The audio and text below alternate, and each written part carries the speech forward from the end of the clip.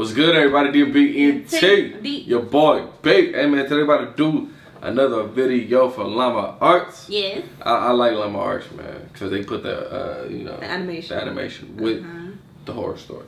But anyway, this story is a Christmas Eve horror story animated. Yes, it's Christmas Eve today, but of course we're putting this up on Christmas. So Merry Christmas, you guys. Merry Christmas. Merry Christmas. Hopefully none of y'all have Christmas Eve horror stories. Right, or Christmas horror stories. Man, hopefully everything nobody goes trying to well steal y'all organs, for y'all. like in that other video we reacted to. But anyway, let's hop to the video. Let's go.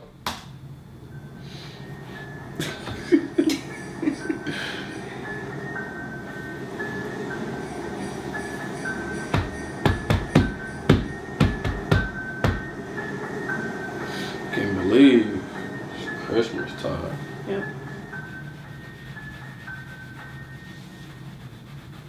Last year on Christmas Eve, I was working late. I'm 23. I work in New York City and commute home every day on the train. That's that grind. Since I'm one of the younger ones in the office, I got stuck with one of the worst shifts, so I wasn't able to get home until 5 o'clock. My family had already left a whole hour earlier to go to my cousin's house, so I had to drive alone. After having a quick snack before the half-hour drive, I got back in my car and put my cousin's address into my phone. Halfway through the drive, it started snowing. I got to my cousin's house around 6 o'clock. It was snowing heavily by this point, and I just made it in time to catch everyone starting dinner. I brought all of my gifts inside and cheerfully said hey to everyone. I stayed until around 11 o'clock. The rest of my family left a little sooner. I stayed an extra half hour or so just to hang out before leaving myself. By the time I was leaving, the ground had accumulated at least 2 feet of snow, and it wasn't even done snowing. But hard to get home was nightmarish. The roads were hardly even plowed, and I had to drive under 20 miles per hour on most roads. The roads were completely dead at this point though, most likely because everyone was smart enough to go home before the snow accumulated. Eventually I turned onto a main road that I'm sure would usually be bustling, but at 11:15 on Christmas Eve night, there wasn't a single car or a single light from the store. It was a ghost town. But then I did notice the flashing taillights of one car. It was parked on the side of the road, and the smoke seeping out from its exhaust with the taillights giving it a red tint. As I got closer, I realized there was somebody next to the car waving their hand in the air. Don't do it. I assumed something was wrong and they needed help.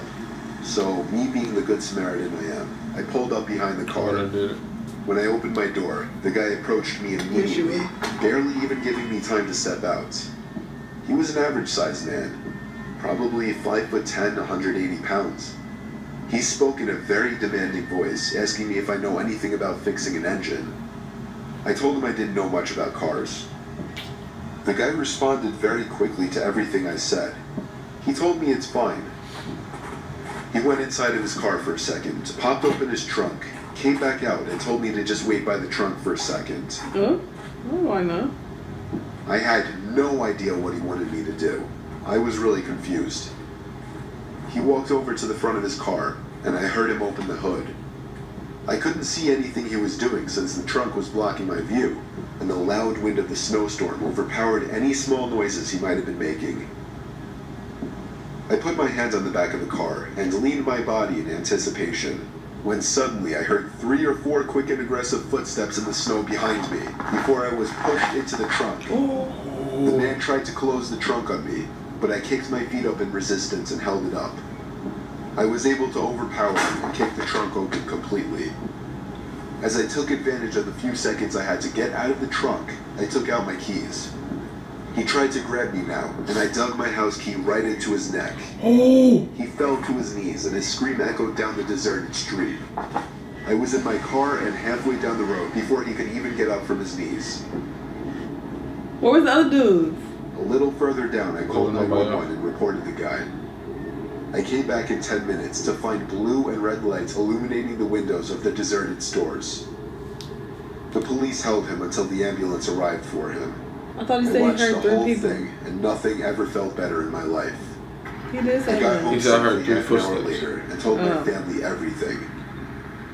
I was still very shaken that Christmas.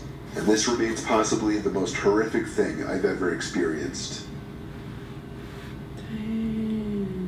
On Christmas Eve, he was trying to kidnap him. And do what? Butt rape him on Christmas. Merry Christmas. Like, on some weird stuff, bruh. What is wrong with you? Why would you automatically?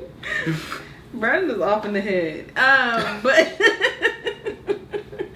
That didn't come to your mind? No. What do you think will happen? Nobody getting butt raped on Merry Christmas.